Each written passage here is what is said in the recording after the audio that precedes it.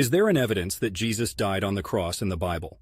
Absolutely. It's one of the central narratives of the New Testament. The crucifixion of Jesus is extensively detailed in all four of the Gospels: Matthew 27, 32, 56, Mark 15, 21, 41, Luke 23, 26, 49, and John 19, 16, 37. Each gives an account of Jesus' trial before Pontius Pilate, the Roman governor of Judea, the subsequent walk to Golgotha, the site of the crucifixion, his death on the cross, and the events that followed.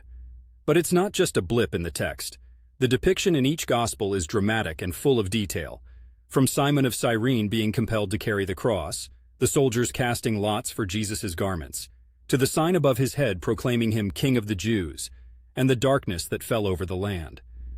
In addition to the biblical accounts, there are extra-biblical references to Jesus' death, such as the writings of Tacitus and Josephus, both of whom mention his execution under Pilate. These references are important because they come from historians who weren't promoting Christianity and thus serve as historical corroboration of the biblical narrative. I speak to this with the understanding that for many people these accounts are a matter of faith. Historians will always argue over different interpretations of ancient texts, especially when it comes to something as disputed and significant as the life and death of Jesus. I'm Scott from Portland, and with such heavy rain around here, we have plenty of time to dive into a book, especially one as thick and complex as the Bible. It's the sort of reading that does make you look up and ponder while staring out at the misty Oregon landscape.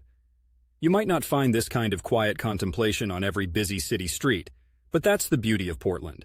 Even amidst the bustle, there are spaces where you can reflect on history, spirituality, and life's big questions. And yes, that includes pondering about the evidence of a man put to death on a cross over 2,000 years ago, whose story still shapes our world today.